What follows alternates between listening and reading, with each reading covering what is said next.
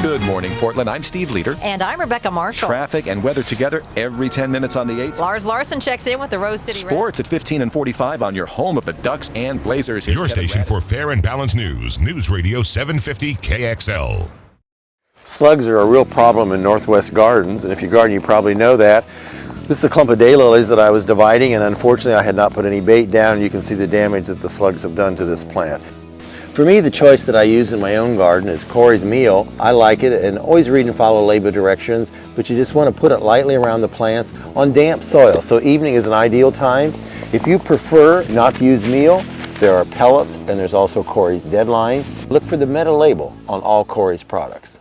Good morning, Portland. I'm Steve Leader. And I'm Rebecca Marshall. Traffic and weather together every 10 minutes on the 8s. Lars Larson checks in with the Rose City Sports at 15 and 45 on your home of the Ducks and Blazers. Here's your station for fair and balanced news. News Radio 750 KXL.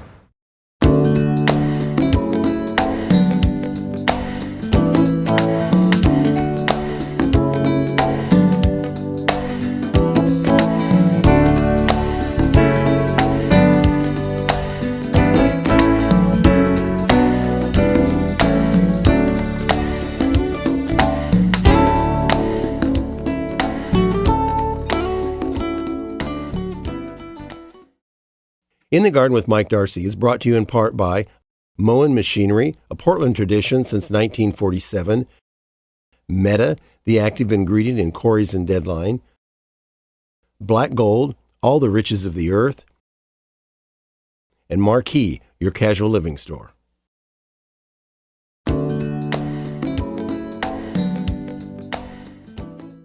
Well, here we are out in the garden on sort of a cloudy, overcast day. I have a feeling it's going to be raining. Cody the garden dog loves the rain, of course, as labs do. But a couple of things I wanted to show you today, and that is, on an earlier segment, I showed you the hardy banana I have, and I kind of showed how this is all squishy here and wet and rotted. And I made the statement that the plant itself is really not dead, although the stalk might be.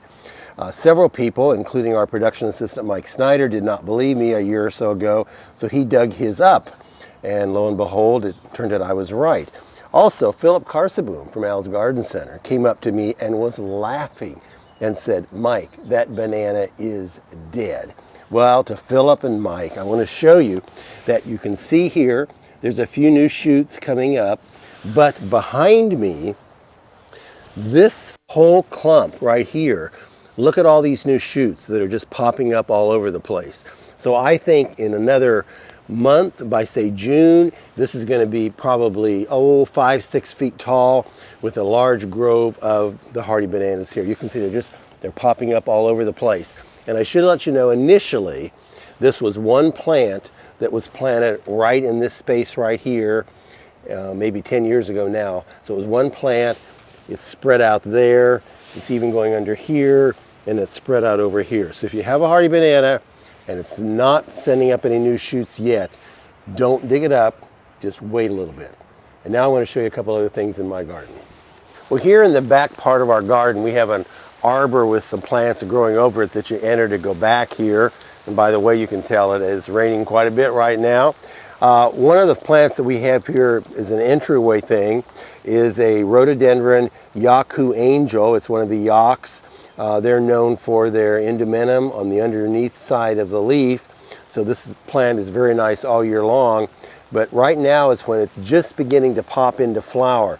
And you can see these big buds right here. They're really quite large. And when they open up, they're this sort of a pinkish white. And then as they open further, I pulled one off, they get almost white, and in a few days this would actually be white. So they start out fairly dark pink, and then as they open up it's much lighter. The two plants that we have growing on the arbor here, the one right here is the Stauntonia, and you can see it's got flower buds on it, just beginning to bloom. It'll have clusters of white flowers. And the one on this side is Arctic Beauty Kiwi. It has really nice multicolored leaves. They're just beginning to turn a little bit of color right now. And then we also have some flower buds on it, so perhaps this year we'll get some fruit. So these would both be good ideas if you want an arbor in your own garden.